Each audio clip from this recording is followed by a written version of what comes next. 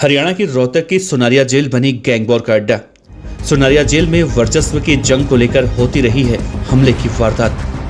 बाबा राम रहीम इसी जेल में काट रहा है सजा। साल 2023 में भी हरियाणा की हाई सिक्योरिटी जेल में गैंगवॉर हुई थी। इसमें गैंगस्टर राहुल बाबा पर हमला हुआ था। 4 कैदियों ने जेल कैंटीन के पास गैंगस्टर राहुल बाबा को चाकुओं और सुओं से पूरी तरह जख्मी कर दिया था। हरियाणा की सबसे हाई सिक्योरिटी जेल कही जाने वाली रोहतक की सुनारिया जेल में अब वर्चस्व को लेकर गैंगवॉर थमने का नाम नहीं ले रहा है। कैदियों के अंदर अब तक कई बार झगड़े हो चुके हैं, जबकि इसी जेल में गुरमीत राम रहीम भी बंद है। वो हत्या और यौन शोषण के मामले में सजा काट रहा है। हालांकि वर्तमान में वो पैरोल पर बाहर है, लेकिन बड़ा सवाल है कि लगभग हर साल इस तरह की घटनाएं रोहतक की सुनारिया जेल में होती है, जो कई मौकों पर सवाल खड़े करती हैं। आज के इस वीडियो में हम आपको बताएंगे कि हरियाणा के रोहतक की सुनारिया जेल एक बार फिर से चर्चा में क्यों है। तो इस वीडियो के अंत तक बने रहिएगा। नमस्कार, आप देख रहे हैं BDF न्यूज। दरअसल गुरुवार सुबह जेल में हुए हमले को भी गैंगवॉर से जोड़कर देखा जा रहा है। इससे पहले लॉरेंस बिश्नोई के कथित तौर पर सहयोगी गैंगस्टर राहुल बाबा पर भी इसी जेल में हमला हुआ था और उसका बदला लेने के लिए उसने गैंगस्टर सुमित पलोट्रा के भाई समेत 3 लोगों की हत्या को अंजाम दे दिया। ताजा मामला है, कंबल को लेकर 12 कैदियों के बीच विवाद हुआ और ये विवाद धीरे धीरे जानलेवा हमले में तब्दील हो गया। इस वारदात में 2 गैंग हैं। पहली रोहतक के गोगा खेड़ी के रहने वाले नसीब नीरज प्रदीप कंसाला नीरज प्रदीप पवन गैंग, और दूसरी गैंग यानी कि नीरज प्रियंकल कृष्णा नवीन पवन और प्रहलाद, इन दोनों गुटों के बीच में विवाद हुआ। इस गैंगवॉर में कुल 10 लोग घायल हुए।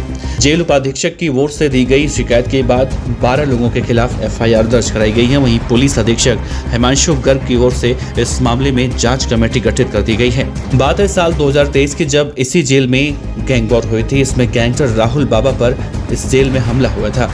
4 कैदियों ने जेल कैंटीन के पास राहुल बाबा को चाकुओं और सुओं से बुरी तरह से गोद कर जख्मी कर दिया था। इसके बाद उसे रोहतक PGI में एडमिट कराया गया था, तब जाकर उसकी जान बची थी। इस वारदात में नामजद भगत सिंह उर्फ भक्ता, मोखरा के सोहित उर्फ रेंचो, मोखरा खास के विक्रांत और झज्जर के छारा गांव के रहने वाले अरुण उर्फ भोलू पर किए गए थे। लेकिन राहुल बाबा को संदेह था कि वो हमला सुमित पलोट्रा ने करवाया है। इसके बाद से दोनों गैंगों के बीच में गैंगवॉर चल रही है। साल 2022 में भी सुनारिया जेल में बंदियों की गिनती चल रही थी और उसी वक्त भाली के जानलेवा हमले के मामले में बंद मोहित ने प्रदीप के साथ अभद्रता की थी। बाद में मोहित उसके साथी भैणी सुरजन के जानलेवा मामले में बंद रोहित ने किसी धारदार हथियार से प्रदीप पर भी हमला बोल दिया था। इसमें प्रदीप घायल हुआ था। वहीं साल 2021 में पूर्व बलियाना के बंदी आपस में भिड़ गए थे। इसमें एक कैदी घायल हुआ था। इस मामले में केस भी दर्ज हुआ था। साल 2018 में भी कैदियों के बीच भीषण गैंगवॉर हुई थी और उस वक्त कई कैदी घायल हुए थे। 1 साल पहले भी जेल में झगड़े के मामले में शिवाजी कॉलोनी पुलिस की जांच में सामने आया था कि बंदियों ने चम्मच और स्टील की प्लेट को मोड़कर उसे हार देकर चाकूनुमा हथियार बनाकर जेल में अपने विरोधी गैंग के बदमाशों पर हमला किया था। लेकिन जिस तरह से रोहतक की सुनारिया जेल गैंगस्टर और गैंगवॉर को लेकर आए दिन चर्चाओं में बनी हुई है, वो कहीं ना कहीं जेल सुरक्षा व्यवस्था पर कई बड़े सवाल खड़े करती है।